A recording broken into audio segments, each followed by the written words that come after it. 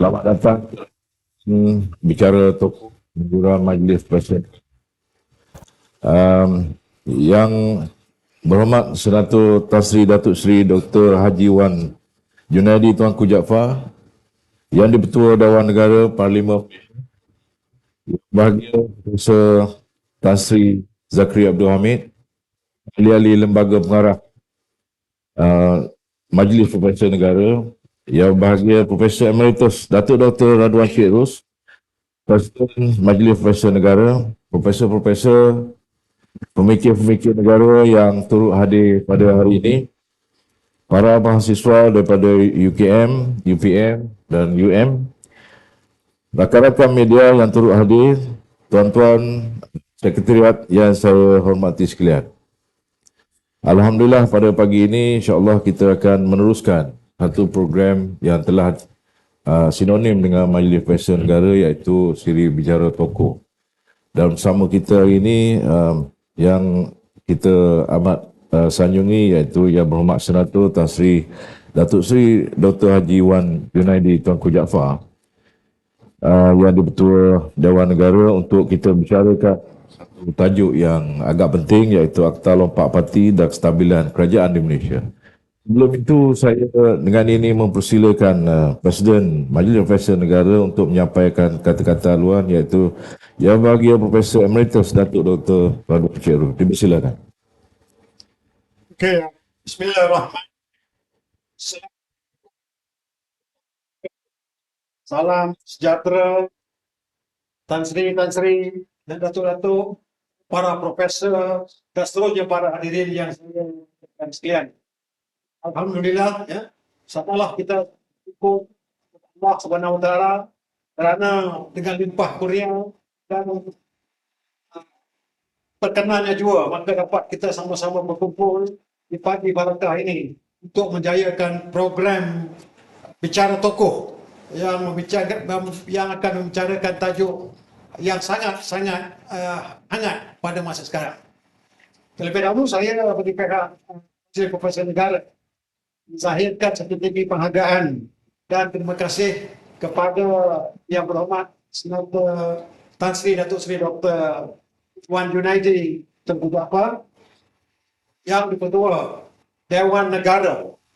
Bukan itu saja, beliau adalah orang kuat, tulang belakang dalam hewal perundangan, terutama sekali berkaitan dengan Akta Lompat Parti. Seperti semua kita sudah maklum bahawa sejak kebelakangan ini, ya, kita punya kedudukan politik, ya, sangat meresahkan. Ianya bermula sejak pilihan raya ke-14 dulu. Ya, kita punya kerajaan 22 bulan, 17 bulan, 15 bulan, dan kerajaan perpaduan ini, ya, baru berusia 13 bulan. Jadi, ya, apabila kita mendengar, ya, banyak cerita-cerita yang seolah-olah ingin menumbangkan kerajaan semasa, sebagai rakyat, ya, kita rasa sangat cemas, sangat gelisah, dan ada kalanya marah juga. Mengambil kira keberadaan negara selepas setiap episod pertukaran kerajaan itu. Ya, kita dibebankan dengan keadaan ekonomi, ya, selain daripada COVID yang melanda. Sebenarnya kedudukan politik kita yang kurang stabil itu juga memberi kesan kepada perjalanan kita sebagai sebuah negara. Dan bayangkan umpamanya kalau pelabur-pelabur luar asing melihat keberadaan negara dalam konteks kestabilan politik itu, saya sangat percaya tidak ada atau tidak ramai pelabur-pelabur yang berani datang untuk membuat pelaburan di negara kita. Begitu juga dengan perjalanan kita sebagai sebuah negara yang cuba keluar daripada masalah kesempitan ekonomi, sama ada hasil daripada ketidakstabilan politik itu ataupun daripada COVID-19 yang melanda, kita masih berada dalam keadaan itu baru nak pulih. Jadi, ya, dengan jaminan untuk mendapatkan kestabilan politik, saya sangat percaya bahawa kita boleh tumpukan segala tenaga resources yang ada untuk membangunkan negara dan mensejahterakan rakyat. Jadi hari ini ya, dengan kehadiran Yang Berhormat Senata Tan Sri Datuk Seri Dr. Wan Junaidi, ya, saya percaya sedikit sebanyak beliau akan berkongsi beri pencerahan mengenai kedudukan ekonomi politik kita yang kita harapkan mencari jalan bagaimana untuk menentukan kestabilan ya politik dan kelangsungan sebuah kerajaan sehingga ke akhir tempoh pilihan raya. Dan saya juga bawa bersama-sama sini ya, ada juga para penganalisis politik negara, para pelajar yang berminat mengenai politik negara dan juga ahli-ahli Majlis Perkongsian Negara. Jadi sekali lagi saya menzahirkan berbanyak terima kasih kepada Yang Berhormat Tan Sri ya, kerana sudi untuk meluangkan masa bersama kita pada pagi ini. Sekian. Assalamualaikum warahmatullahi wabarakatuh. Terima kasih kepada Yang Bahagia Profesor Emeritus Datuk Dr. Radwan Encik Ros di atas ucapan alu-aluan tadi. Penonton saya hormati sekalian, cerita kita pada pagi ini ialah berkenaan dengan perjalanan sistem demokrasi di negara kita, perjalanan institusi yang penting di negara kita, iaitulah menteri yang tidak mempunyai tempoh tertentu. Ada Perdana Menteri yang dapat memimpin negara selama 22 tahun, ada Perdana Menteri yang memimpin negara dalam masa beberapa bulan saja. Ini berkisar kepada persoalan model politik yang kita gunakan, iaitu sistem demokrasi berparlimen, di mana punca kuasanya didepositkan kepada ahli-ahli yang berhormat di parlimen. Untuk membicarakan isu ini, saya ada sesuai berbanding dengan tokoh jemputan kita pada pagi ini, Pak Senator Tan Sri Datuk Sri Junaidi Tuanku Jaafar, iaitu yang Ketua Dewan Negara, yang mempunyai sejarah yang panjang dalam penglibatan sebagai seorang wakil rakyat, ahli parlimen daripada tahun 90-an, kemudian menjadi timbalan speaker di Dewan Rakyat, kemudian memegang jawatan sebagai menteri di 3 kementerian, iaitu sumber asli, Kementerian Pembangunan Usahawan, Kementerian Undang-Undang yang menjaga haluan. Pada zaman beliau, Akta Lompat Parti ini dicadang dan diluluskan di parlimen. Kalau kita melihat latar belakang penglibatan dan perjalanan politik Yang Berhormat Tan Sri, dia amat berbeza dengan tokoh-tokoh yang lain. Dalam satu temu bual yang saya saksikan, Tan Sri pernah bercerita bagaimana beliau berdepan dengan peperangan menghadapi gerila komunis di Sarawak waktu beliau bertugas di Jabatan JKR, kata silap saya, dan juga sebagai anggota polis. Dengan latar belakang itu tadi, dan juga undang-undang dan juga penglibatan dalam politik kementerian dan sebagainya, saya fikir orang yang boleh membawa kita menyentuh pada puncak isu yang kita bincangkan tidak bukan, iaitulah Tan Sri Datuk Sri Dr. Haji Wan Junaidi Tuanku Jaafar. Sebelum itu kita akan mulakan ataupun saya briefing sikit berkenaan sesi kita. Saya akan Tan Sri lebih kurang 4 telefon soalan dan diri untuk tanya soalan. Jadi untuk mulakan majlis, pada isu ringan dulu lah. Kalau boleh Tan Sri kongsi dengan kita pengalaman terutama yang tidak dilalui oleh ramai ahli politik, iaitu melihat sendiri pertempuran dengan komunis dan sebagainya itu. Libat sebagai anggota polis. Boleh ceritakan sedikit? Terima kasih. Bismillahirrahmanirrahim. Assalamualaikum warahmatullahi wabarakatuh. Saya juga ingin mengenalkan moderator Tuan Dr. Muhammad pada Dr. Chun Bakri Abdul Hamid, pengurusi, juga pengurusi, juga pengarah majlis Profesor Negara tahun lama saya jumpa di Kuala Lumpur, jumpa di London, semua itu.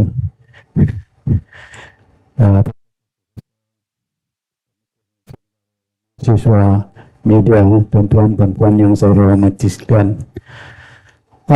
Pengalaman saya adalah pengalaman seorang manusia yang apa dikatakan the struggle for life.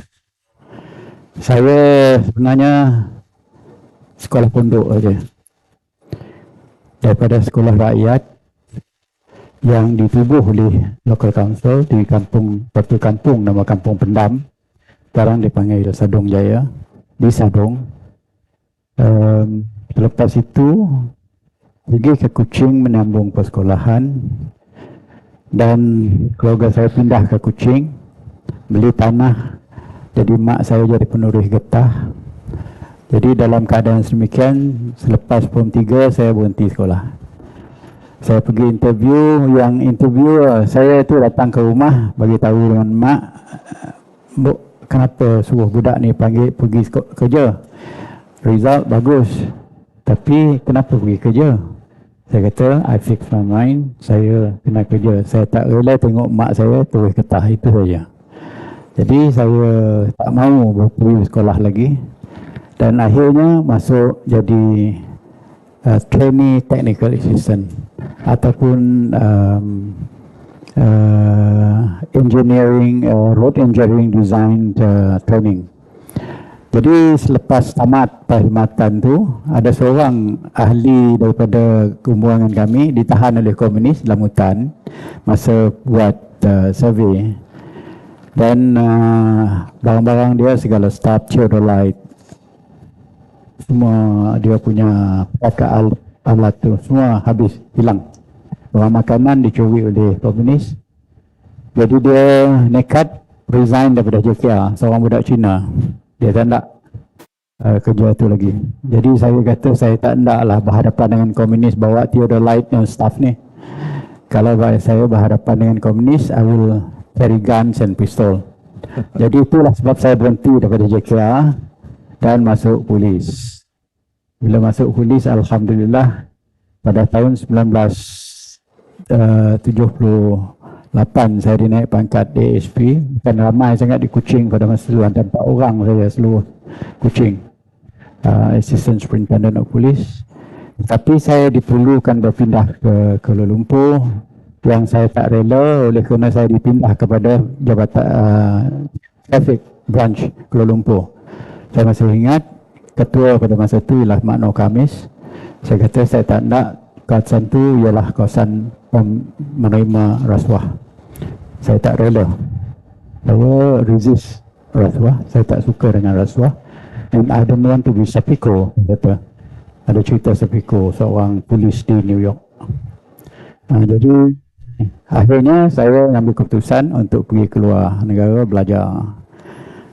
Saya menjadi student balik selepas beberapa tahun, 13 tahun dalam polis, 14 tahun berkhidmat dengan kerajaan,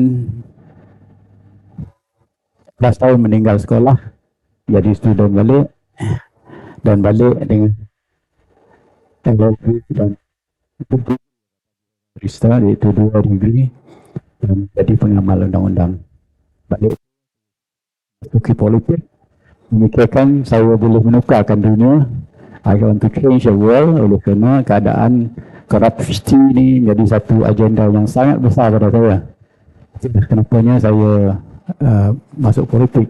Tetapi malang sekali rupanya, kalau kita seorang saja, nampaknya you are struggle against the very strong current. Tak mungkin berjaya.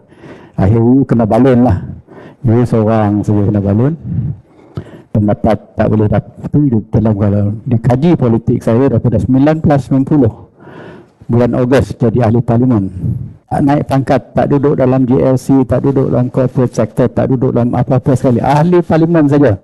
Sebab pemikiran tu memang sendirian, alona dalam hati, struggle for myself dengan pendirian sendiri, kerenakannya untuk kebaikan orang ramai.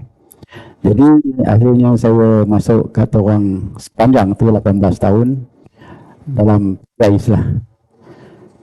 Jadi dalam Dewan saya mempelajari ilmu sebagai ahli parlimen, bukan jadi ahli parlimen yang kita lihat kebanyakan mekik, melolong, bercakap suka hati macam tu. Saya tidak.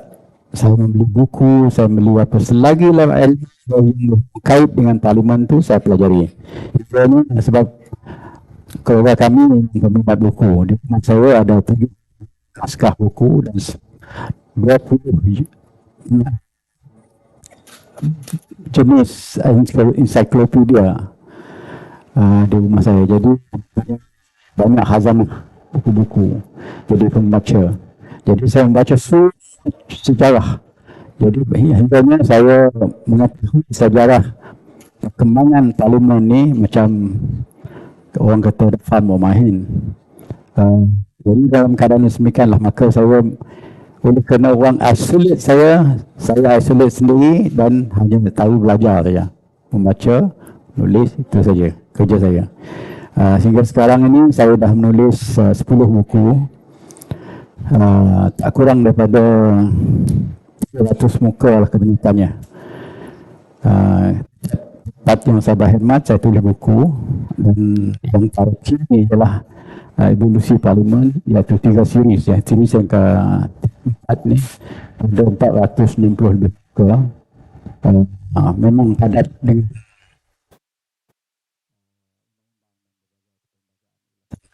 tetapi oleh kerana perkara yang tidak dijangka, buku itu tak dapat lancar walaupun dah siap. Dah siap. Jadi sejarah saya dalam hutan 5 tahun perang komunis, jadi police field force, platoon commander, 5 kali masuk ambush. Alhamdulillah Tuhan lagi berkehendakkan saya hidup yang umur. Kalau tak dah lama juga hilang lagi di hutan tu, menjadi salah seorang yang hilang. Tidak ada the faceless characters dia hilang dalam hutan. Tetapi itu umur saya mesti hendak dipanjangkan, mungkin menambahkan dosa gitu. Saya masih berada di sini. Kalau tidak dalam masa 5 tahun tu keadaan yang teruk sekali, saya menubuhkan Ibu Jenderal Raskol pada tahun 72 untuk memerangi komunis di kawasan Baskom Baghdad. Saya keluar pun masuk traffic Kuching oleh kerana saya tidak lagi layak atau fit become operating officer dalam hutan kerana masalah bahaya 30 dislocation, serious dislocation dan left shoulder. Jadi sejarah ringkas saya jadi fitness, jadi macam-macam kehormatan dan jadi pejuang dan menjadi ahli politik. 40 lebih tahun daripada ahli politik, 30 lebih tahun dalam Dewan. Tetapi pada 2022 memang saya dah nak bersara, tetapi atas jemputan yang amat berhormat Perdana Menteri, saya balik ke Dewan lagi menjadi yang di-Ketua Dewan Negara. Jadi tugas saya ialah untuk mentransformasikan Dewan. Saya semua pihak eksekutif, kerana demand saya ialah kata saya adil untuk be here, you ask me to come. Jadi saya kata saya akan laksana apa yang saya mau, dengan syarat yang amat berhormat tolong saya. Kalau tak, saya tak mampu buat seorang. Jadi inilah ceritanya. Dalam undang-undang pun saya menteri undang-undang 13 bulan saja sebenarnya, tetapi tidak ada seorang menteri undang-undang sejak tahun 1957 meminda perlembagaan 3 kali oleh kerana keperluan berlaku pada zaman saya dan atas apa yang saya lihat perlu pada ketika itu. Karya yang cukup menarik, mempertaruhkan perbatasan negara untuk mempertahankan kedaulatan negara, sehingga sekarang menduduki satu posisi yang cukup penting untuk menjaga juga kedaulatan negara dalam konteks perjalanan institusi parlimen dan institusi demokrasi penting di negara kita. Dan Tan Sri juga berbeza dengan orang lain kerana saya mengamati karya dia daripada tahun 90-an dulu. Apabila beliau bercakap di parlimen, tidak ramai yang berani mencelah. Sebab salah satu ciri Tan Sri yang dikaitkan dengan Tan Sri ialah fakta yang lengkap dan hujah yang simple dan senang dipahami. Dan beliau juga antara ahli parlimen yang menulis disebutkan tadi buku berkenaan saya harap menjadi rujukan kepada pelajar sains politik dan yang ingin mengetahui sejarah perjalanan sistem politik kita, itu evolusi sistem parlimen di Malaysia yang kini sedang masuk ke edisi ketiga kerana memasukkan peristiwa berlaku di tahun 2018 sehingga sekarang. Okey, balik pada isu kita, pengalaman Tan Sri yang panjang, kita boleh lihat bagaimana Tan Sri reflect. Sebab kalau pengalaman kita orang biasa ni, kita lihat banyak masalah kehidupan yang di mana kita harapkan parlimen, institusi parlimen itu sepatutnya pergi ke depan, lebih inovasi, datang dengan akta-akta yang menyenangkan, memberi kesejahteraan pada rakyat, tetapi tidak berlaku. Yang berlaku sejak 3 dekad ini, kos kehidupan rakyat semakin meningkat. Kualiti itu ini pentadbiran, governance dan sebagainya tidak menunjukkan tanda-tanda yang baik. Dalam masa yang sama, kita tengok parlimen seperti tidak berubah. Kacamata awam, tak sih? Beza mungkin refleksi Tan Sri nanti. Yang came out daripada parlimen ialah situasi seperti racism, kata-kata yang tidak menyenangkan. Kalau kita guru sekolah, saya rasa zaman ini tidak sesuai untuk kita bawa pelajar sekolah melawat parlimen. Dalam rangka itu, di mana masyarakat bergerak ke satu arah dengan lebih berinovasi, sinergi, ada kerjasama dan sebagainya, dan masalah kehidupan yang mereka jangka diselesaikan ataupun datang daripada parlimen. Baliknya apa kita lihat di parlimen, situasi lain. Kalau pengalaman Tan Sri, kalau boleh Tan Sri reflektkan, mungkin ada pengalaman manis yang pada Tan Sri dilakukan oleh parlimen yang ada makna yang besar yang boleh dikongsikan. Mana saya sebut tadi, saya sudah jadi ahli parlimen daripada 1990 bulan Ogos hingga bulan Oktober 2022, itu sepanjang 32 tahun kalau tak salah saya, dan berterusan. Dan saya lihat kestabilan negara berkaitan kestabilan politik, dan kestabilan politik ini ada kesan positif untuk membawa ekonomi yang baik dan pekerjaan kerjaan yang baik, kerana kesan kerjaan tidak terganggu gugat dengan dia sebagai orang politik dan sebagai abdi negara. Jadi ini juga perkara yang sudah membongkar perapat, iaitu kedudukan dia sebagai ahli parlimen dan juga kedudukan dia sebagai pentadbir kerajaan. Dan sebagai pentadbir kerajaan, dia boleh memikirkan apa perkara lain. Tapi kalau keadaan politiknya bercelaru, dia juga akan melibat dia sendiri dan akan membuangkan masa. Kalau kita lihat kadang-kadang sampai 50% masanya memikirkan hal politik dan kedudukan dia sendiri. Bukan soalan pribadi, soalan politik ini ialah soal pribadi, kepatian dan kedudukan dia sebagai pentadbir negara. Jadi kalau 50% untuk ini masalah politik, maknanya dia hanya mempunyai mungkin 30% untuk mentadbir negara, yang 20% itu mungkin keluarga dia. Jadi masa itu terbuang. Lain apa yang kita lihat sejak saya masuk 1990, daripada tahun sebelum itu keadaan politik sangat terjaga dan stabil. Bukan sebabnya ada pengundi yang bijak, tetapi keadaan situasi perundangan dan sebagainya keseluruhan. Contohnya dahulu kita ada mempunyai undang-undang ASA. Kalau siapa yang sangat percakapan dia, tarik masuk penuh.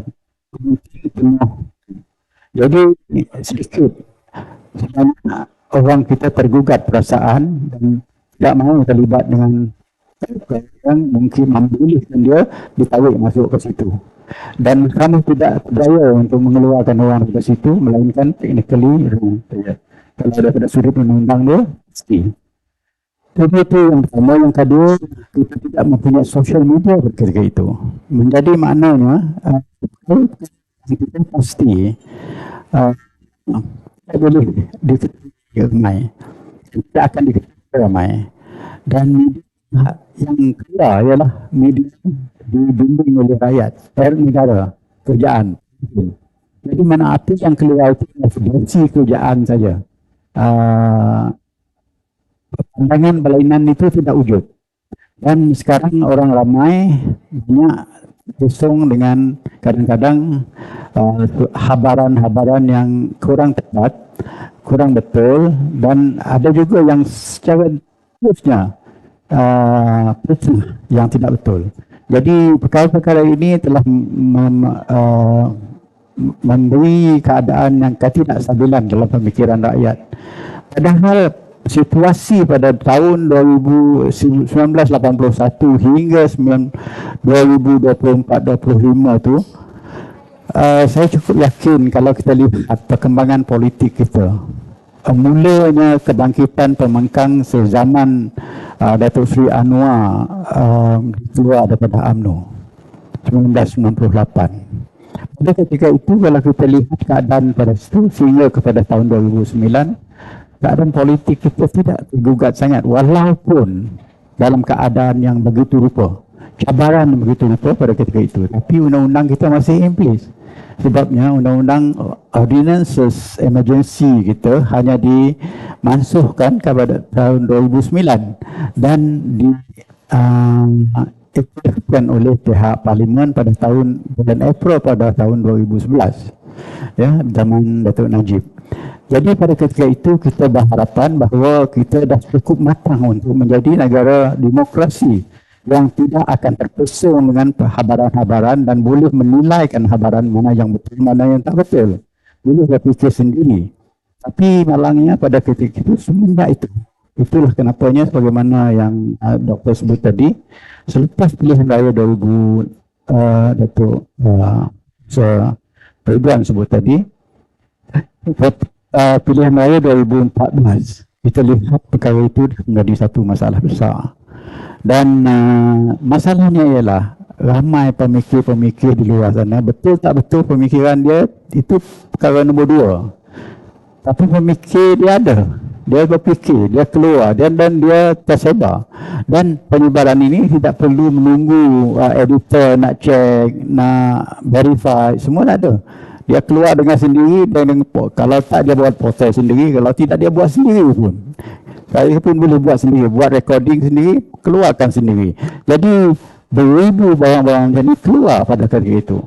Jadi sangat menyelah sekali kalau kita lihat pada zaman COVID, yang mana apabila emergency diisytiharkan, banyak pakar-pakar mengata dirinya pakar perlembagaan tu keluar memberi ulasan-ulasan yang tertentu. Tapi malang sekali pakar-pakar ini hanya merujuk daripada sudut-sudut saja. Jadi itulah buku saya dikeluar dengan harapan untuk menjelaskan daripada semua sudut. Contohnya dulu tuanku menitahkan supaya diadakan persidangan parlimen pada satu ketika. Tapi persoalan bangkit kepada orang nak menguruskan persidangan parlimen, bolehkah persidangan parlimen diadakan?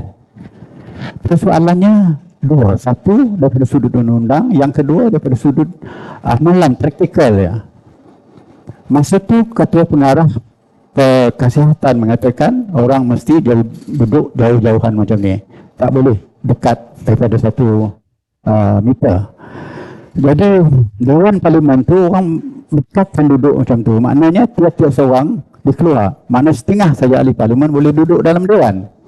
Jadi dalam keadaan semikian, bolehkah parlimen bersidang dengan setengah ahlinya duduk dalam dewan, ahli lain duduk kat luar, ataupun bagaimana disebut pakar teknologi, teleconferencing, terus macam-macam lah boleh digunakan menggunakan teknologi yang ada sekarang ini. Tapi persoalannya peraturan dewan kita digubal pada tahun 56. Teknologi belum wujud, orang belum berfikir benda itu. Undang-undang kita juga digubal oleh RIP, lembagaan kita pada tahun 1956. Juga tidak wujud. Memerlukan tiap-tiap ahli parlimen mesti berada dalam dewan. Dan kalau dia nak cakap, dia mesti berdiri daripada tempat kursinya. Maknanya dia, kalau dia ada di rumah, telekonferensi, macam mana dia nak berdiri dekat kursi dia? Itu satu. Yang keduanya, kalau dia menyentuh perkara yang mungkin akan menyentuh orang lain dan boleh disaman sebagai fitnah, yang mana dalam dewan dia mungkin dilindungi oleh kekebalan parlimen itu sendiri. Tetapi bila dia bercakap dekat luar tu saja, dia tidak dilindung oleh kekebalan itu. Jadi dengan sendirinya daripada sudut undang-undang, perlembagaan mengatakan dia mesti berada dalam dewan untuk mengundi. Yang kedua, kekebalan dia tidak akan wujud kalau dia tidak ada dalam dewan. Jadi itu daripada sudut undang-undang. Wujud amalan dia, macam mana nak mengolahkan satu dewan untuk bersidang macam tu. Jadi itulah kenapanya dalam masa yang terdekat tu tidak dapat diwujudkan. Ini tidak adakan dewan persidangan sebagaimana yang dikehendakkan. Dan maknanya soalan untuk mengolahkan vote or no confidence dan sebagainya, yang mana vote itu mesti dibuat dalam dewan itu juga, diundi dalam dewan itu juga, tidak mungkin boleh dilaksanakan sebab undang-undang kita masih lapuk.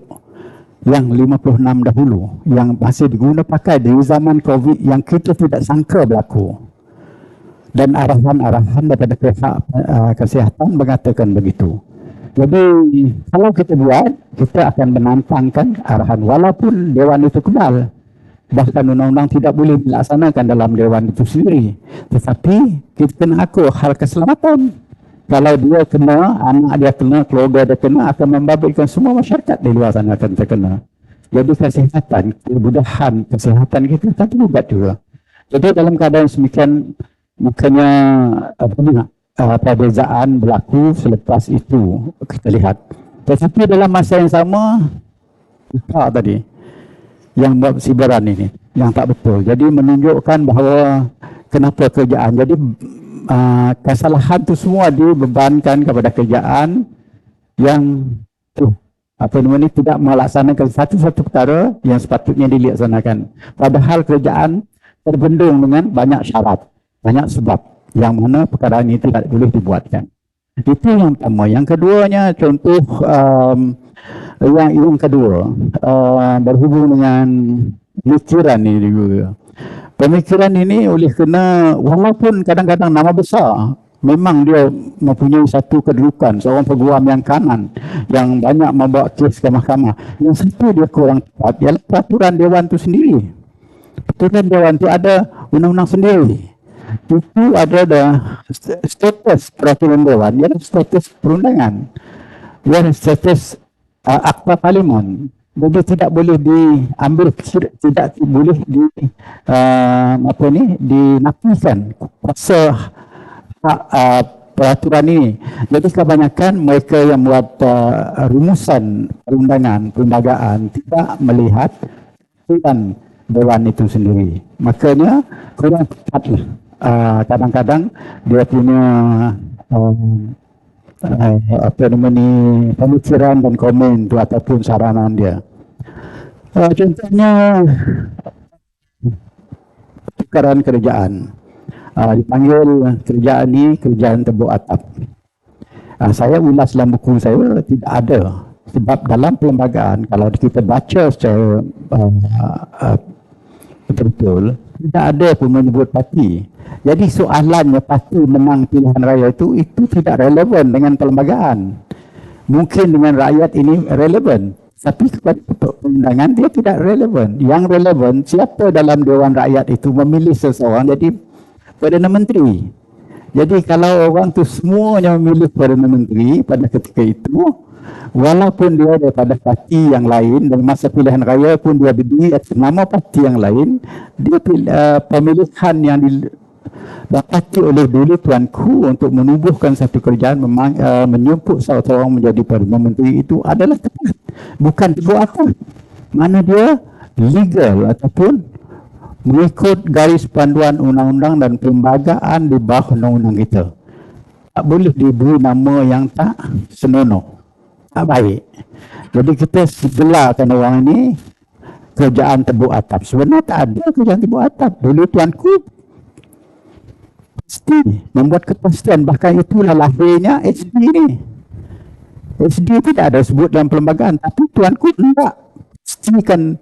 Padahal dalam perlembagaan mengatakan dah, kalau atas hematnya tuanku percaya dia mendapat sokongan majoriti daripada ahli Dewan Rakyat.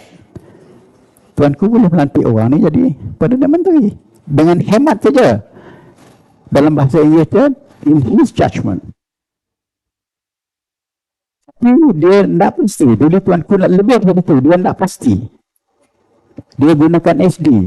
Tapi orang salah interpretasi bahawa SD dia boleh menukarkan kerajaan. Bukan SD itu menukar kerajaan. Tuanku tidak. Titah tuanku. Budi bicara tuanku menggunakan SD itu. Jadi sekarang kita nak kumpul SD, nak tumbang yang kerajaan itu salah. Bukan tuanku ada titah pun.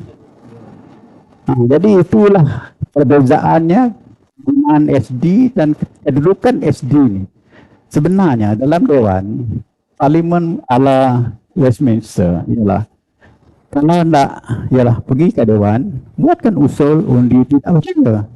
Kalau seseorang itu didapati Perdana Menteri tidak ada sokongan majoriti dalam Dewan, seundi tidak percaya di bawah perkara 40 dan 43, maka terjatuhlah dia jadi Perdana Menteri. Wajib baginya kalau tidak dibubarkan Dewan itu Perdana Menteri atas permintaannya, wajib dia meletak jawatan. Itu keputusan dia dibuat dalam perlembagaan dan juga diputus oleh mahkamah dalam kes Datuk Nizar di Perak. Jadi ini kes pasti. Jadi maknanya untuk mengabsahkan satu-satu kerjaan dan Perdana Menteri itu ialah di Dewan saja, bukan SD. Tetapi malangnya sosial media kita begitu aktif. Malaysia adalah salah sebuah negara, kalau tidaknya negara yang banyak sekali menggunakan sosial media ialah Malaysia. Jadi kita terpengaruh sangat dengan idea yang tak tahu ujung penggal pun dia kata dia tahu rahsia dia sebut juga. Copy paste pun ada juga, dia dah jadi idea dia juga dah. Tapi dia tak tahu pun.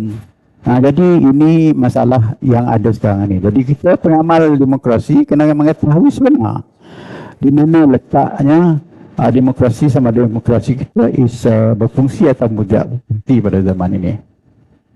Baik, daripada penjelasan tu tadi, kita lihat dalam sistem Westminster ataupun sistem Perdana Menteri ini, Parlimen adalah satu cabang kerajaan yang agak unik. Di institusi inilah yang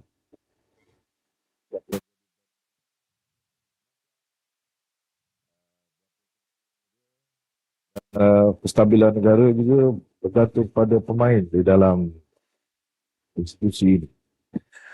Sebelum 2020, kita tidak pernah ada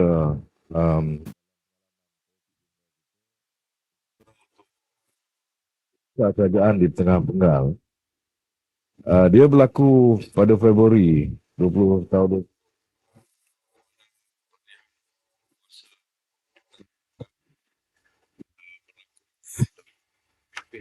Naik seterusnya tidak memimpin parti menang pilihan raya. Dan kita ada dijelaskan tadi timbul kalaupun itu tidak disetujui oleh Tuan Sri tadi sebab masalah perundangan, masalah politik ini berbeza dengan kepahaman kita di luar pada Parlimen dan pengamal undang-undang.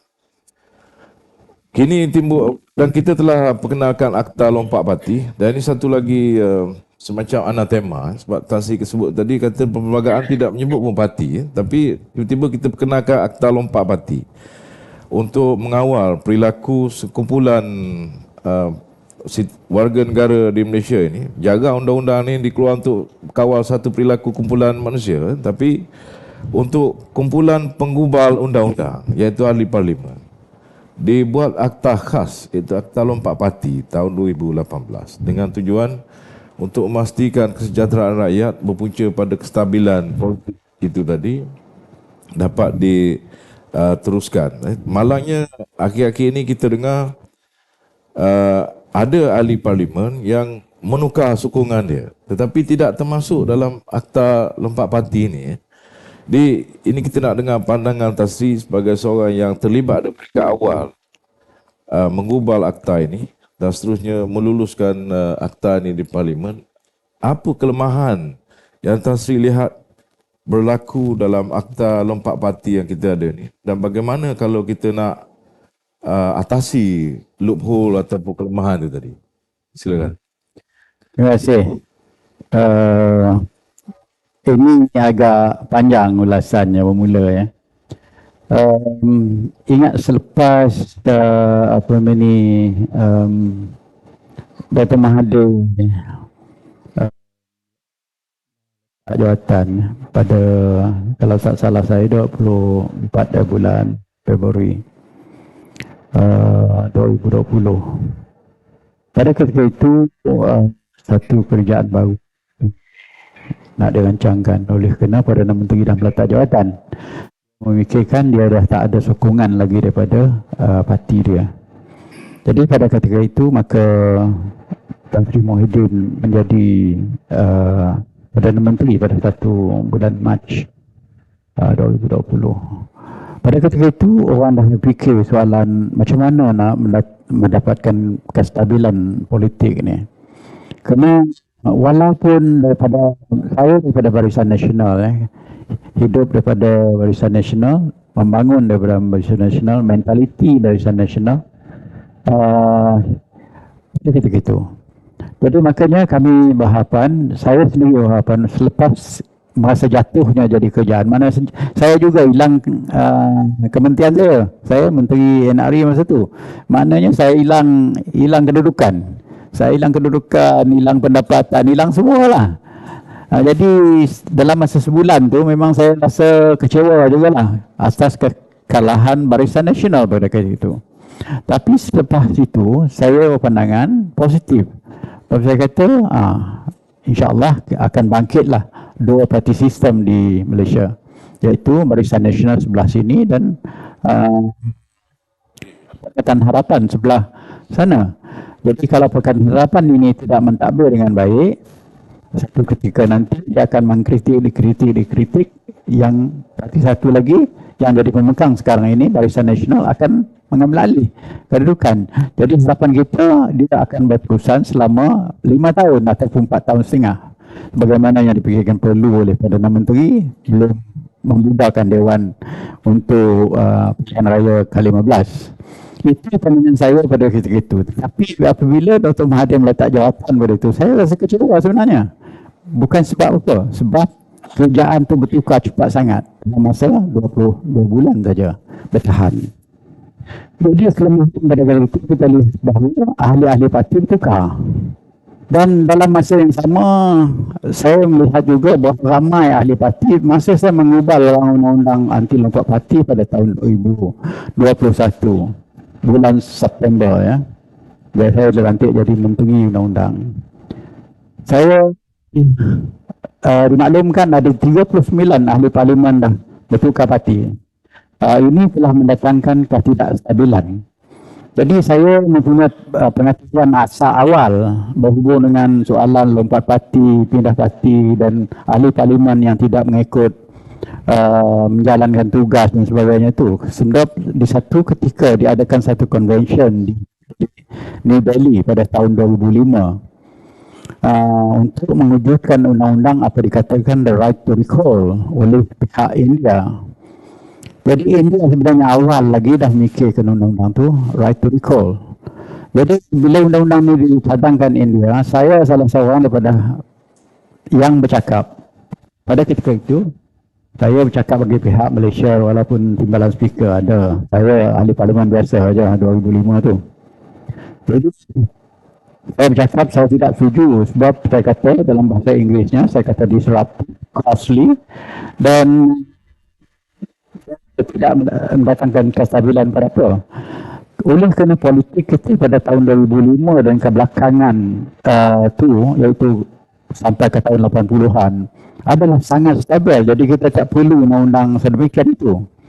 Tujuan undang-undang right to recall ialah oleh kerana ahli parlimen yang tidak membuat tugas dia atau melakukan kesalahan Ahli-ahli kawasan dia, water di kawasan dia, mengikut bawah peratusan, mengikut disetujui oleh pihak kerajaan ataupun Suruhanjaya Pilihan Raya, untuk memanggil balik ahli parlimen itu untuk undi semula. Jadi saya kata ini costly. Kita ni suka buat bancian macam ini. Jadi ahli parlimen semua kena banci nanti. Kalau dapat ratusan, contohnya 5% ke 10% ke, dapat kata pilihan raya lah diadakan di kawasan tu. Kerajaan berbelanja tiap-tiap kali pilihan raya 1.1 bilion ringgit. Adalah satu jumlah yang sangat besar. Jadi apabila saya menduduki kursi Menteri Undang-Undang, itulah perkara yang pertama saya lihat. Satu, kos kerjaan melaksanakan rang undang-undang, melaksanakan pilihan raya. Yang kedua, apabila Datuk Seri Azalina Osman mencadangkan recall law mencontohi undang-undang di UK, saya refer perkara itu ke Parlimen. Sebab saya nak refer ke Parlimen, tetapi ada sedikit daripada sudut teknikal dia di-reject oleh Parlimen. Yang kedua, dia ada melibatkan hal keuangan, maka bukan private mobile, mesti dibentang oleh pihak kerajaan. Jadi saya cuba nak adopt, tapi saya fikir lebih elok kalau kita wujudkan rang undang-undang sebenar, undang-undang sebenar untuk pemerintah parti, bukan the right to recall. Recall ni ialah rakyat ataupun pengundi yang menentukan. Tetapi di sini kita hendak kerajaan menentukan. Jadi akhirnya disetujui semua secara dasar dari kementerian saya dan pejabat AG untuk mewujudkan satu rang undang-undang lompat parti.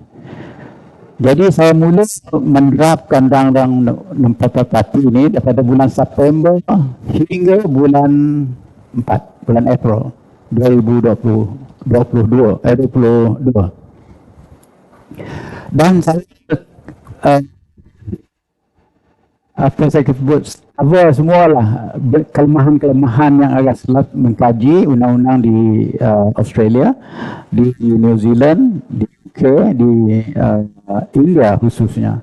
Jadi kita cari cara macam mana mengatasi kelemahan-kelemahan rang undang-undang yang berlaku di England yang dilulus pada tahun 2015 dan England mengubahkan pada tahun 2021.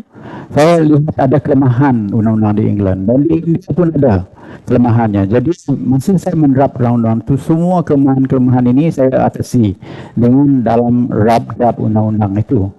Jadi saya membuat libat urus dengan semua ahli parlimen, semua pihak pemegang taruh, pihak universiti, NGO, macam-macam lah, bersih dan berkali. Itulah satu-satu rang undang-undang mempunyai libat urus yang banyak sekali di Malaysia pada ketika itu. Tetapi apabila sampai ke kabinet, malang sekali ada 5-6 orang ahli kabinet itu tidak bersetuju. Salah satu contohnya yang tidak disetujukan itu ialah ahli yang tidak taat kepada arahan parti. Itu juga akan melibat kejatuhan ahli sebagai ahli parlimen, mencontohi syarat yang dibuat di England. Dan ahli yang tidak mendengar arahan whip dalam parlimen, sebab di dunia itu ahli parti dalam parlimen itu parti tak wujud dan kita sebut whip. Jadi whip, kalau arahan whip dia tidak ikut arahan whip dia juga akan kehilangan kedudukan dia sebagai ahli parlimen. Ini dua perkara tidak disetujui oleh 4-5 orang ni tadi. Jadi oleh kerana Datuk Seri Ismail berkehendakkan konsensus sebagai Perdana Menteri, saya bentang kertas tu sampai 5 kali. Tak pernah pun rang undang-undang. Saya, pengalaman saya daripada dulu lagi, tak pernah pun dengar rang undang-undang dibentang di kabinet sampai 5 kali untuk kelulusan. Hingganya saya hampir give up. Saya kata kalau tak boleh ni, saya kata saya tak payah jadi menteri undang lagi, berhenti pun boleh, tak masalah. Sebab bila masa kita nak mendapat konsensus, saya bagi tahu dengan Datuk Seri Ismail, kenapa tidak gunakan majoriti saja? Dia kata, no, we need consensus. Jadi dalam keadaan semikian, akhirnya rang undang-undang yang saya gubal itu bersama dengan AG Chamber yang menutupkan semua loophole yang ada pada ketika itu. Lihat amalan berlaku di New Zealand, di India dan juga di UK. Kita dah tutup dah. Jadi makanya undang-undang itu lebih keras lah, lebih tegas. Makanya masih ditolak. Dan pada awal bulan April 2022 kita nak mengadakan satu khas pada 11 bulan April. Saya ingat tarikh tu. Dan undang-undang tu belum diterima lagi. Jadi maknanya undang-undang tu telah ditolak oleh kerajaan. Jadi saya kata apa kerajaan nak buat dengan 11 bulan yang kita dah pastikan ada mengadakan dewan persidangan. Tuanku dah dimaklum. Semua pihak dah dimaklum. Notis kita dah keluar. Apa yang kita nak buat?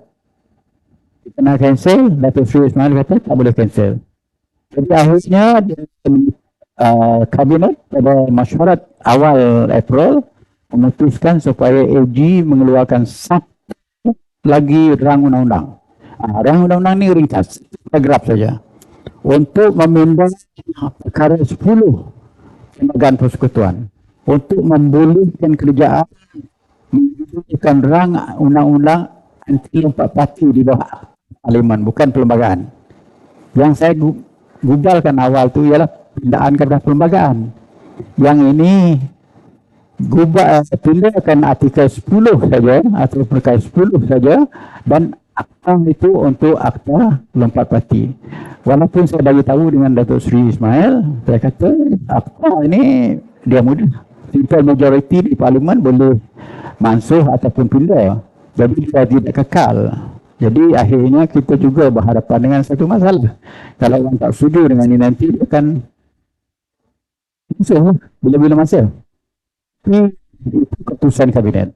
Aku sebagai menteri dan sebagai dasar bersama collective responsibility, saya terpaksa akur dengan keputusan kabinet. Jadi kalau surat khabar tu saya keluar macam tu lah, ikut apa kabinet sebut, bukan saya sendiri punya. Jadi akhirnya diputuskan.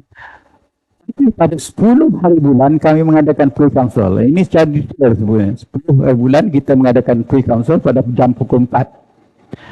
Pre-council pada kategori unik. Barisan Nasional ada pre-council sendiri pada menteri hadir, menteri-menteri semua hadir. Dan Pakatan Harapan mengadakan pre-council dia sendiri. Semua pemegang dia, pemikir dia, guam dia semua hadir. Dan memikirkan perkara yang sama, yang didrap oleh AG itu, yang ringkas tu, untuk memindah perkara 10 hari itu. Satu paragraf saja. Rupanya bila dalam Barisan Nasional tu, Dato' Sri Azalina yang lantang sekali bercakap mengatakan, dan Dato' Sri Nazri pun berkata begini demikian, guam-peguam tu mengatakan bahawa ini selalu luas.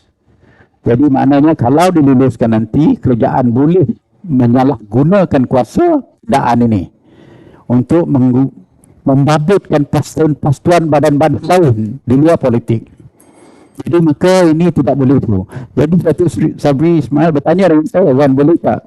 Tidak sikit-sikit. Saya kata bila dah jadi belum, saya kata rang undang-undang ni walaupun satu ni saja, walaupun dia satu muka saja, bila dah jadi blue bill, satu dot, satu dash pun kita tak boleh ubah. Itu sistem kita. Kalau you ubah sistem ini, you membinasakan negara. Itu satu sistem yang tak boleh diubah. Saya kata jangan buat. Jadi saya kata tak boleh diubah. Jadi macam mana nak mengubah? Ubah hanya boleh di Dewan. Di Dewan tak boleh diubah. Kita satu hari saja bersidang besok. 11 hari bulan tu satu hari saja. Kita perlu notis di bawah peraturan 14 hari notis. Kalau kerjaan nak bagi notis pun kurang-kurang 24 jam. Notis untuk meminda. Jadi kita bersidang satu hari, mana 24 jamnya? Jadi kita tak ada boleh. Jadi bila sampai begitu macam mana? Jadi sebelah sana Pakatan Harapan mengadakan pre-council dia sendiri, mengatakan cerita yang sama. Mengatakan ini terlalu luas. Bila dah luas, kalau diluluskan rang undang-undang ini nanti, makanya kerajaan boleh mengguna pakai untuk menekankan mana-mana persatuan-persatuan lain di luar sana. Jadi kita tak mau. Jadi maknanya saya dah beritahu, ni saya tak ada terlibat dengan ni. Saya kata, ni Pakatan Harapan dah kata terlalu luas, tak mau sokong. Kalau tak mau sokong, maknanya kita tak dapat two-third majority. Itu saja penting. Two-third majority maknanya 148. Mesti ada disokong di Dewan. Kalau tak ada 148, dalam undang-undang tindakan perlembagaan tak boleh lulus. Kita bukan berlandaskan yang hadir, kita berlandaskan dua ahli Dewan Rakyat. Jadi Pakatan Harapan kata macam tu, Pakatan Nasional pun kata, Barisan Nasional pun kata macam itu. Mana dua-dua parti kerajaan dengan pembangkang tak setuju dengan pindaan yang dirangka oleh AG Chambers pada ketika itu. Jadi pada pagi kata besok hari kita ada meeting lagi. Meeting pagi pukul 9, persidang pukul 10. Pukul 9 di Parlimen, bangunan Parlimen. Yang hadir semua datang hadir. Ketua Pembangkang, saya masih ingat Datuk Seri Anwar ada hadir. Lim Kit Siang ada hadir. Lepas tu kita Nazri ada, Azalina ada, saya sendiri Taqiyuddin ada. Kita ada mesyuarat apa kita nak buat. Jadi habis cakap-cakap tu tanya dengan saya. Saya kata kita ada dua pilihan saja. Satu, berhentikan masyarakat ini, cancel kan. Buat usul kata-kata cancel lah kan. Sabi Ismail kata kalau kita cancel, semua orang kat luar sana akan tuduh kita memang kita tak serius nak luluskan undang-undang ni. Itu satu. Yang kedua yang saya kata, lantikkan select committee. Itulah akhirnya secara konsensus yang duduk dalam bilik pejabat di Parlimen, PM di Parlimen tu bersetuju mengatakan lantik select committee.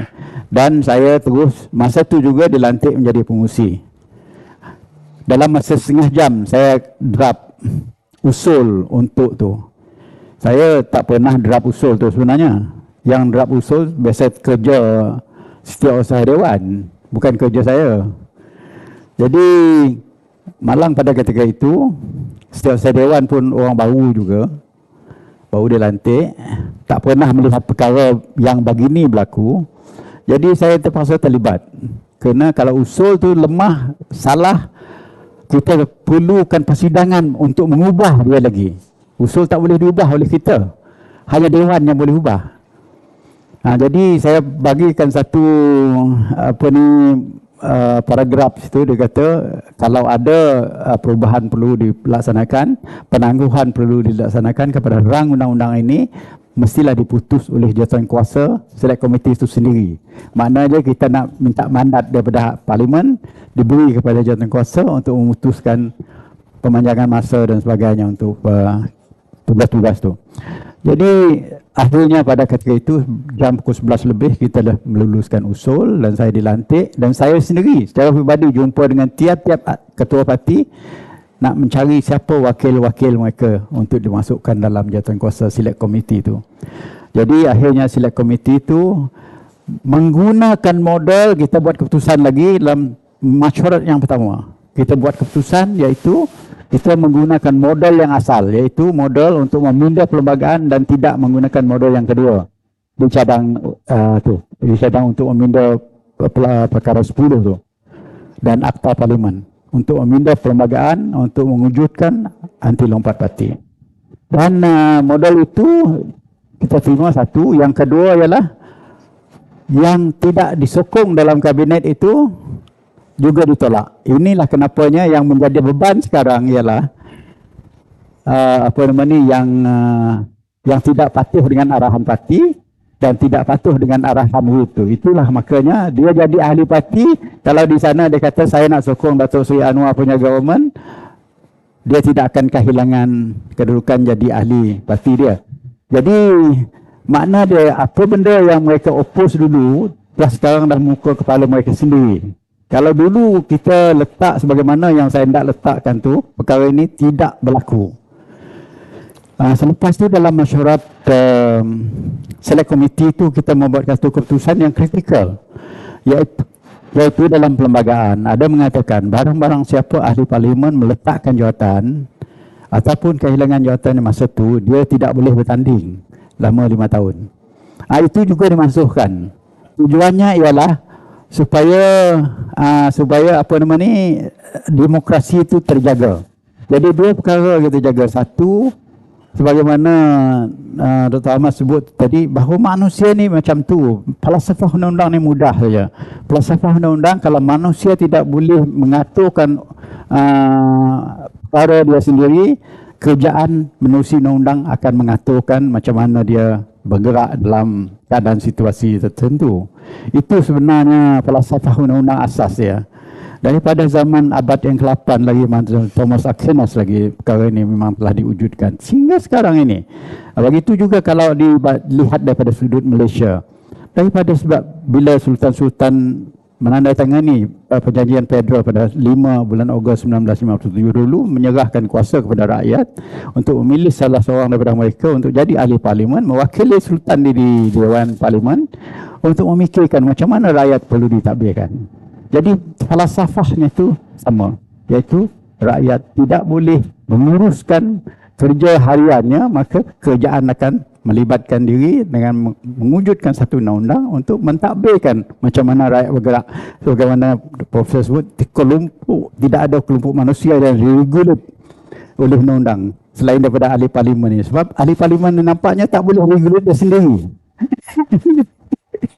Patutnya dia akan berupaya regulate dia sendiri, mendisiplin dia sendiri dan mengetahui mana yang kebaikan untuk rakyat, untuk negara itu sendiri patut dijalankan. Jadi maknanya tidak ada satu undang-undang pun boleh menentukan gerak-geri manusia itu. Kena ada cara saja manusia boleh mengatasi satu-satu masalah. Jadi di sini memang kita ketahui dah kelemahan tu tetap wujud semenjak bulan September 2021, saya dah tahu tu. Ini kelemahan. Kerana kita dah lihat di India, kita dah lihat di England. Tapi lihat di India contohnya, apa yang di India kekal dalam situ iaitu apabila satu surat dihantar oleh ahli parlimen mengatakan seorang ahli parlimen itu telah pindah parti, dihantar kepada speaker. Kita sebutkan dalam undang-undang kita, dalam masa 20 hari speaker mesti membuat laporan. Itulah undang-undang kita. Di India tak ada. Jadi speaker di India boleh simpan dalam drawer dia sampai habis. Dia orang bersimpang, dia tak ada. Orang tak tahu pun itu, benda tu jadi sosial media punya pengetahuan. Sebab kita lihat masalah dia.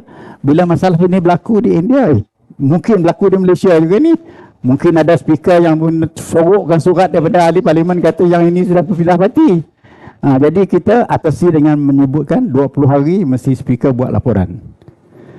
Jadi itu 2-3 perkara yang kita dah hadati. Tapi yang salah tadi, menantang kehendak parti, menantang kehendak whip, sudah kita dah buangkan. Jadi itu menjadi satu kelemahan besar yang kita lihat. Berpuluh orang ahli parlimen sekarang mengatakan sokong Dato' Seri Anwar itu tidak apa yang ditindakan. Keluar daripada parti pun, tamat perkhidmatan daripada parti pun, dia perkhidmatan dari ahli parlimen kita kekal. Dia tidak akan kehilangan kedudukan dia daripada ahli parlimen. Perasaan dalam diberikan oleh Tasuk tadi. Jadi kalau kita jelas ada dua perkara kat sini, Kasal boleh rekaskan, iaitu tidak mengekang sekiranya ahli-ahli parlimen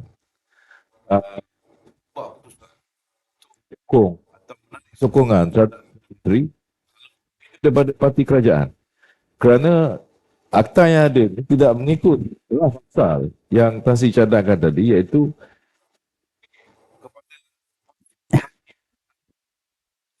jadi akta yang ada ni tidak meletakkan syarat itu sebagai pematuhan.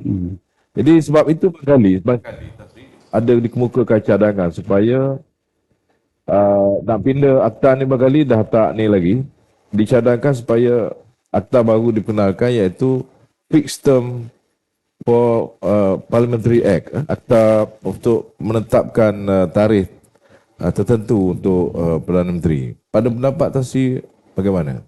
Ya, sebenarnya Fixed Term Parlimen ni telah dipikirkan pada zaman saya pada tahun 2021 dan 2022. Salah satu daripada perkara yang kita gariskan perlu dibuat untuk kestabilan politik di Malaysia melihat keadaan yang berlaku daripada tahun 2018 hingga ke 2022. Jadi fix term parlimen tu, tapi itulah term saya 13 bulan saja. Itu pun dah orang kata pindah parlimen, pindah perlembagaan banyak sangat hingga diadakan satu kolokvium berhubung dengan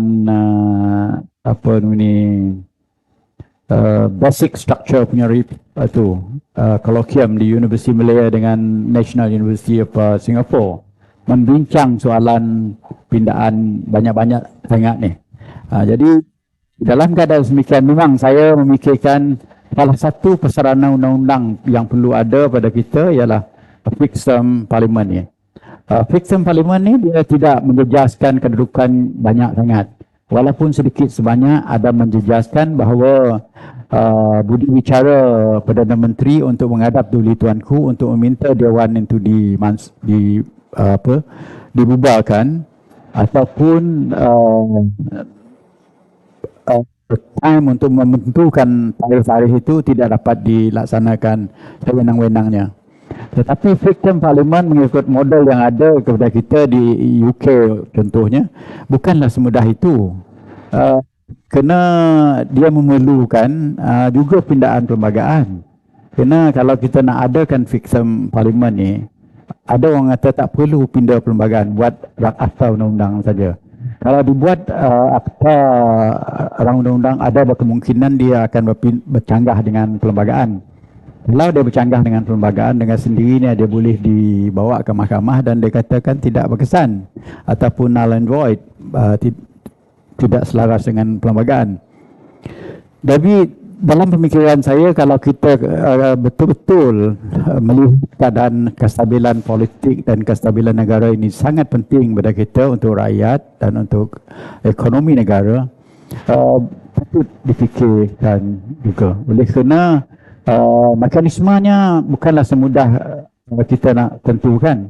Sebabnya kalau kita kata okey, kalau kita ada sokongan two-third majority untuk Dewan dibubarkan di Dewan Rakyat dan Dewan Negara contohnya, dengan sendirinya Dewan boleh dibubar. Kalau itu mekanisme kita laksanakan, orang yang nak mengadakan pilihan raya lebih pendek daripada 5 tahun sekali itu, dia kena usulkan dalam Dewan dulu. Kita boleh wujudkan usul sedemikian untuk dia bawa usul tu, tapi berjaya atau tidak sokongan 148 orang tu kita belum tentu lagi. Kalau dia tak berjaya dengan sendiri, dia tidak boleh mengadakan mengadakan pilihan raya, menjejas ataupun menggantikan Perdana Menteri. Dia sama macam mekanisme dia sama dengan undi tidak percaya kepada Perdana Menteri, hanya lebih tinggi lagi. Undi tidak percaya kepada Perdana Menteri ialah 112 saja dalam keadaan sekarang, kerana dia lebih satu daripada setengah ahli Dewan Rakyat yang ada sekarang ni. Jadi undi tidak percaya ni lebih mudah lagi kalau mekanisme, walaupun dalam perancangan saya untuk memindahkan perlembagaan peraturan Dewan supaya diadakan peraturan untuk undi tidak percaya bukan dibawa oleh Perdana Menteri ataupun kerajaan, tetapi dibawa oleh Ketua Pembangkang. Kalau kerajaan kehilangan dalam undi tidak percaya, dengan sendirinya kerajaan akan jatuh lah. Kalau akan jatuh, maknanya Perdana Menteri akan dipilih semula daripada kalangan orang yang lain. Jadi undang-undang tu ada juga boleh membantu sedikit untuk kestabilan politik di Malaysia dan parlimen di Malaysia. Tapi yang pokoknya yang tadi, undang-undang lompat parti itu perlu dilihat semula lah. Macam mana boleh kita mengembalikan cadangan asal tu. Cadangan asal yang saya buat pada tahun 2021 hingga bulan April tu. Lihat asal yang asal tu, sama ada itu perlu. Sebab ini telah dilaksanakan di negara lain. Jadi kenapa kita tak mau? Di India, negara demokrasi, boleh melaksanakannya, kenapa kita tidak? Dan kita perkuatkan juga soalan undi tidak percaya ni. Kalau hilang undi tidak percaya, ke mana Perdana Menteri perlu digantilah. Jadi atas bagi tuanku untuk sama ada nak membubarkan Dewan ataupun mencari gantian kepadanya. Terima kasih atas penjelasan tadi, Tan Sri. Sekarang saya akan ke sesi berikutnya, iaitu tanya jawab atau soal jawab daripada para penonton. Dengan ini saya mempersilakan, kiranya ada soalan daripada hadirin, sila sebutkan daripada mana. Ya. Terima kasih pengurusi Datuk Tan Sri Azmi Hassan daripada Akademi Nusantara. Tan Sri, saya berani mengatakan Datuk Seri Ayub Khan adalah Al Pacino Sepiko dalam hidaran. Dan mungkin ramai tak tahu, sidekick Ayub Khan iaitu ACP Nik Izani yang 3-4 bulan lepas di cold storage kan juga Sepiko. Tapi sekarang menjawat jawatan penolong pengarah I8 cawangan khas. Itu jawatan lama Ayub Khan. Ayub Khan pernah mengatakan bahawa hero dia kalah dulu. Tan Sri, cakap pasal Sepiko ni, Tan Sri, dalam 222 ahli parlimen tu, saya agak merenah mereka ni lah yang kita temui kemelut sekarang. Apa peratuskah 222 itu adalah boleh tarifkan sebagai Sepiko ahli politik? Kalau boleh ada 2 soalan lagi, kita kumpul soalan dulu, Tan Sri. Boleh? Tan Sri.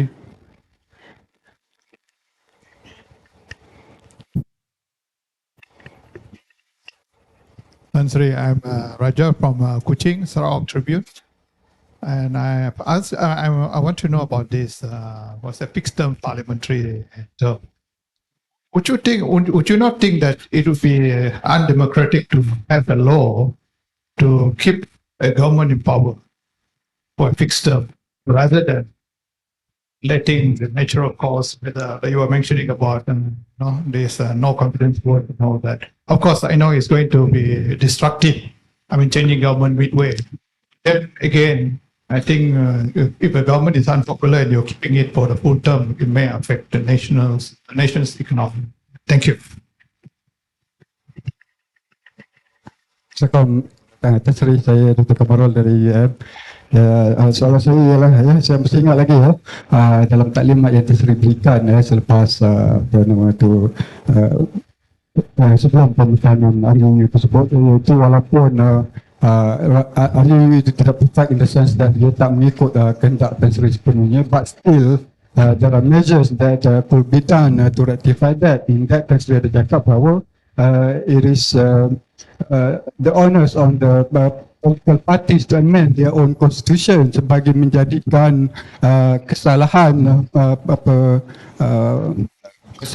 melanggar peraturan parti atau melanggar ketua whip itu sebagai cease to be automatically cease to be a membership. So kalau setiap parti politik meminta perlembagaan mereka mengikut apa yang Tan Sri pesan pada waktu tersebut, saya rasa masalah tersebut, masalah kelompangan itu tidak akan timbul. Cuma masalahnya hanya sebahagian kecil parti politik yang membuat pindahan tersebut. Jadi apa komentar saya? Soalannya apa? Soalan saya maksudnya isu introduce benda ini sebenarnya masih boleh kita buat pertandaan, cuma dengan memastikan setiap parti politik pindah perlembagaan mereka bagi menjadikan kesalahan melanggar arahan parti ataupun kesalahan melanggar arahan parti adalah kesalahan automatik yang akan boleh menjadikan seorang ahli wakil rakyat terlucut sendiri. Kalian mereka tadi ini akan masuk dalam lompat parti. Keterangan komen kata.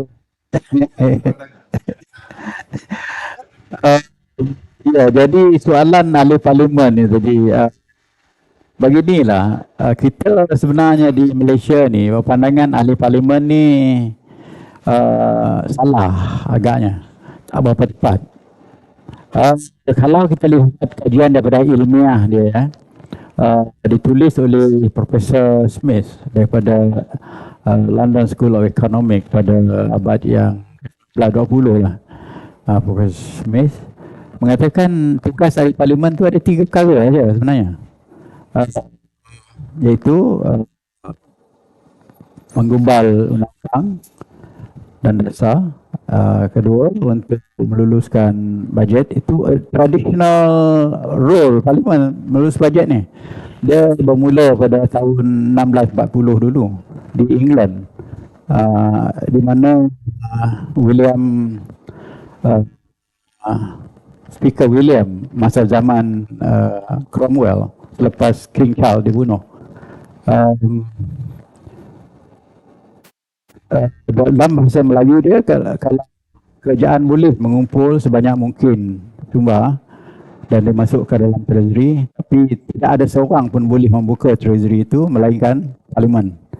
Itu asal daripada itu cakapan tu. Maka ahli parlimen punya role tu kedua tu, dan ketiganya ialah untuk memantau tugas tu. Itu wujud 1689, iaitu dalam Bill of Rights. Itu turun dalam perlembagaan kita dalam artikel 62 dan 63. Maknanya seorang ahli parlimen ialah untuk menjadi penggubal dasar, penggubal undang-undang, pelulus bajet dan pemantau tugas eksekutif. Sama ada dia melaksana apa yang parlimen tubuh lulus. Tak boleh lebih dari itu. Tapi belakangan ini ahli parlimen hanya dilihat dari fungsi ataupun prestasi. Apabila ahli parlimen itu pergi kawasan, dia pergi melawat orang mati, melawat tu jadi satu minggu tu, satu hujung minggu, satu Sunday tu dia mesti melawat sekurang-kurang 30 orang mati, orang kahwin, orang kenduri, orang apa tu. Itu ahli parlimen dia prestasi. Jadi akhirnya ahli parlimen kita tidak berilmu, tidak menimba ilmu sebenarnya, tidak mengetahui tugas dan role mereka. Bahkan kalau kita lihat dalam perjalanan kita, banyak undang-undang kita dilulus di dalam parlimen yang bercanggah dengan perlembagaan. Maknanya parlimen tidak kompeten untuk meluluskan undang-undang itu tersebut. Tetapi dilulus juga. Sebabnya masalah ialah ahli parlimen kita kurang mengetahui tugas dan role mereka. Jadi di mana letak kelemahan ini? Kerjaan memang daripada sejarah dia, kalau kita lihat daripada misal model ni, nak teruskan apa saja yang mereka mahu, as long as dia boleh govern, itu saja kerjaan. Tetapi itu eksekutif sekarang. Tetapi bagi parlimen sepatutnya menghalang tingkatan eksekutif yang tidak sesuai, tidak dengan perlembagaan. Waste management model tidak boleh digunakan pakai 100% oleh kerana perlembagaan tidak ada tertulis di England. Jadi apa yang dibuat, apa undang-undang dilulus saja di parlimen, bagaimana Lord Wilberforce pada tahun 60-an. Walaupun mengatakan tiap-tiap orang yang lahir dengan mata biru, itu kata oleh Lord Wilberforce, adalah tidak wajar duduk di England. Undang-undang itu pun boleh dikatakan undang-undang baik di England, kerana tidak ada undang-undang besar. Di sini itu di bawah dasar fungsi konsep supremasi di parlimen. Kita sini konsep kita ialah supremasi perlembagaan. Ada halangan kita untuk meluluskan satu undang-undang. Ada batasan dia. Jadi kadang-kadang ahli parlimen kita tidak melihat benda ini. Di mana letak kuasa parlimen itu terbatas dia.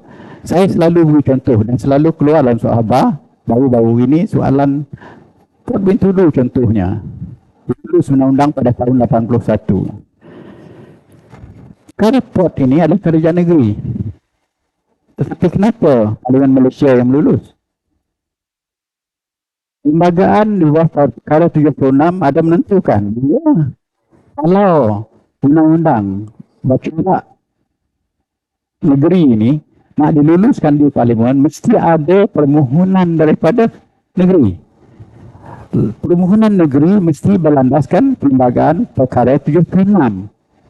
Jadi ini telah tidak dipatuhi. Maka dengan sendirinya undang-undang untuk menubuhkan Bintulu Port, walaupun baik pulangannya, bagus keuntungannya, cantik untuk sosial dan politiknya, untuk negara, pembangunan Petronas dan Yuria di Bintulu, tetapi daripada sudut undang-undang adalah tidak tepat.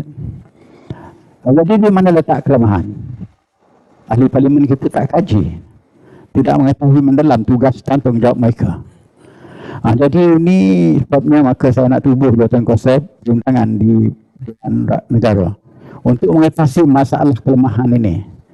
Kelemahan yang ini. Jadi orang yang duduk ke situ, saya tak kira siapa dia, daripada parti mana, sebab ini parlimen patutnya neutral, bebas. Jadi dia akan halang mana-mana kelemahan daripada selesai dan undang-undang kerajaan lalu dan diputuskan. Sebab bila dah sampai kepada dulu tuanku, sebelum dulu depan, hampir 300 orang yang duduk sana mempunyai kebolehan bakul, dia punya degree itu, tak boleh melihat kelemahan dan kesalahan. Kita bisa banding dengan perlembagaan. Siapa lagi boleh memikirkan? Jadi itu letaklah ahli parlimen kita masih banyak ajar, membaca, berilmu dan mengetahui sebelum menjadi ahli parlimen. Bukan macam kerjaan jabatan lain. Dia boleh buat kesilapan, ada orang yang boleh mengatasinya. Yang itu sama bagi kita salah, baru kita nak kata salah. Jadi itu saja yang saya boleh ulas berhubung dengan ahli parlimen itu tadilah. Soalan dia kena main dengan speaker tu saya tak tahu. Tapi yang kedua berhubung dengan undemokratik, soalan raja tadi. Sebenarnya kalau kita lihat ini sebagai undemokratik, mana fix term untuk Presiden of Amerika, Presiden of Philippines, Indonesia itu undemokratik itu. Sebab term dia di fix. Jadi kalau itulah dikatakan undemokratik, banyak negara dunia itu undemokratik. Sebab term mereka fix untuk kerajaan. Jadi bagaimana yang sebut awal tadi, kalau manusia tidak dapat regulate dia punya urusan sendiri harian, kerajaan islah untuk meregulasikan kehidupan mereka.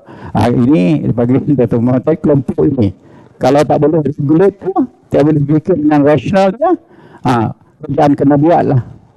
Jadi pandangan saya tidak menjadi undemokratik kalau dia mengadakan fixed term parlimen.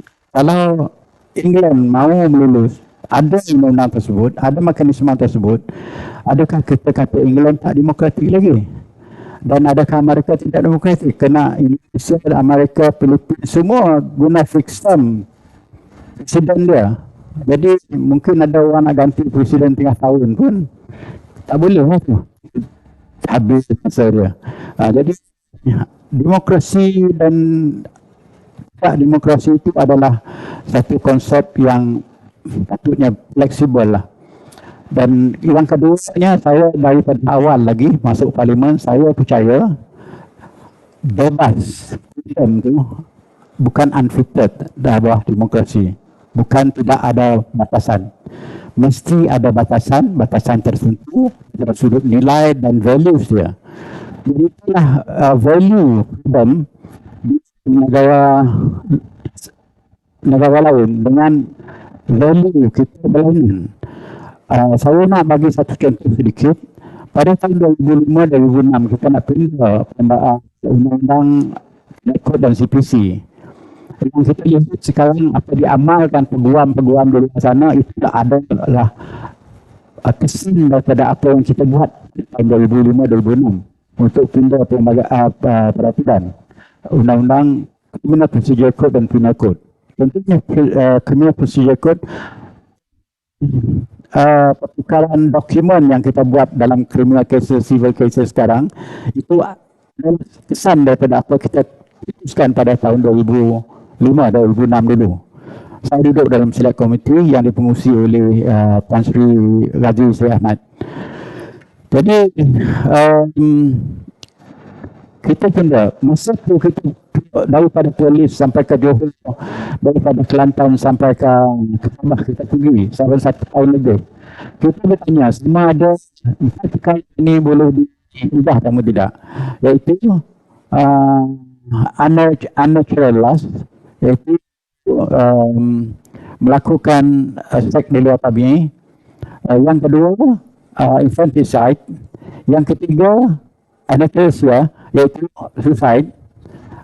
Ada satu lagi, sama ada perkara-perkara ini bolehkan juga kita masukkan benda itu kepada undang-undang kita. Kita tanya dari satu tempat ke satu tempat selama 1 tahun lebih kita berjumpa dengan rakyat tu, dari bilangan orang ramai mengatakan okey, walaupun di UK, di Canada, di Amerika dan semua dah boleh dah kahwin sama sendiri, jantan sama jantan, perempuan-perempuan boleh kahwin. Tetapi kita nilai timur kita tidak membolehkan, nilai agama kita tidak membenarkan, maka kita tidak boleh mengikut apa kebebasan yang dilaksanakan di sana. Jadi saya juga menyebutlah, masa saya di England dulu, di Brighton tu ada nudist camp, ada syarat masuk. Kalau nak masuk dalam nudist camp tu, minta maaf lah tuan, masuk dalam nudist camp tu buka semua ya, masuklah situ. Qualification dia satu saja, buka sekali. Kalau tak buka sekali itu tak lulus, tak boleh masuk. Jadi itu bebas cara orang putih tu, barat tu bebas. Tapi dikata adakah kita sampai ke tahap itu kebebasan yang perlu ada.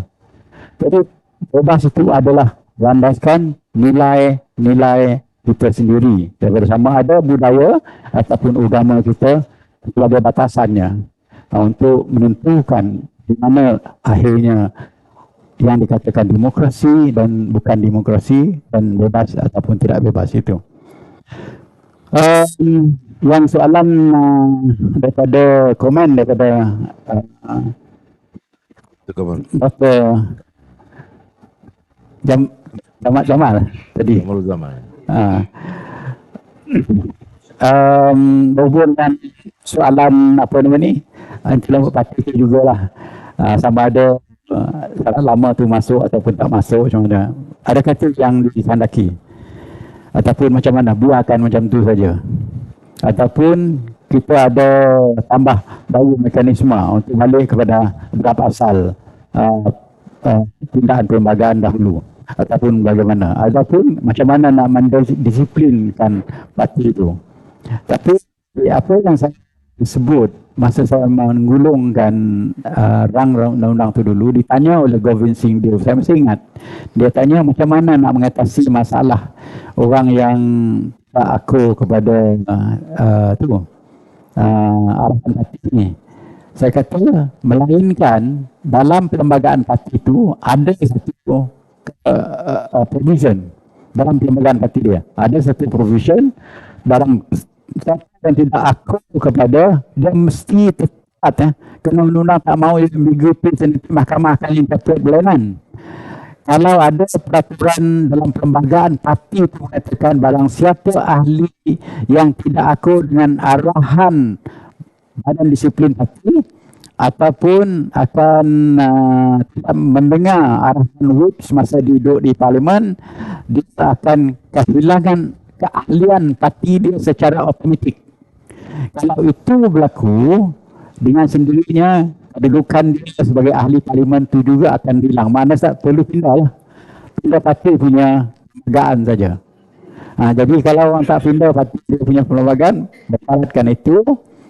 Jadi biasanya mengikut kes Patent Hart 1990 House of Lords yang diambil kira oleh pihak Mahkamah Malaysia, mengatakan apa saja yang dianggap dahulunya privilege tak boleh di-refer dalam mahkamah, boleh diguna pakai dalam dewan. Maknanya perkataan saya dalam dewan tu boleh diguna pakai sebagai contoh.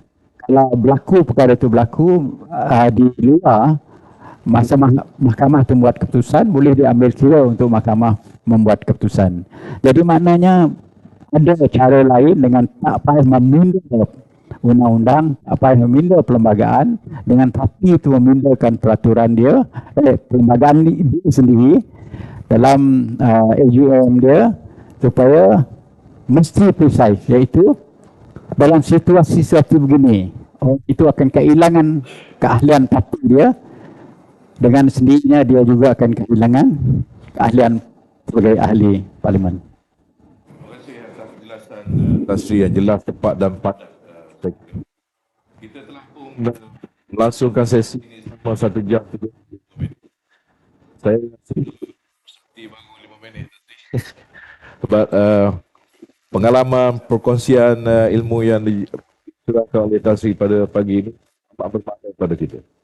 Terutama dalam konteks kalau kita fikir, saya fikir ramai orang yang diberi kepahaman seperti saya dalam sistem demokrasi dan diberi kepada rakyat. Tapi penjelasan Tan Sri tadi yang Malaysia ini kedaulatan kita kepada lembaga.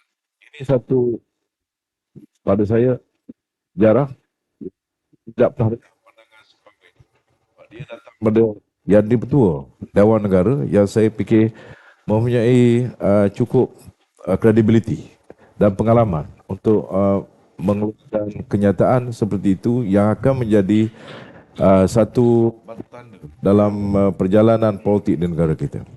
Alhamdulillah, sekira pada untuk akhirnya saya mempersilakan semua para penonton memberi satu tepukan penghargaan kepada Yang Berhormat Tan Sri. Saya tadi mengucapkan terima kasih banyak dan bagi pihak MPN terhadap perkongsian diberikan oleh Yang Berhormat Tan Sri ini. Dengan ini saya mempersilakan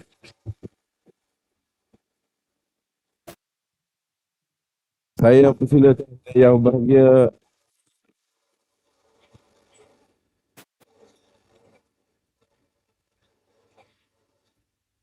Okey, baik. Untuk itu dengan ini saya akhiri sesi ini. Terima kasih banyak sekali lagi yang bahagia Yang Berhormat.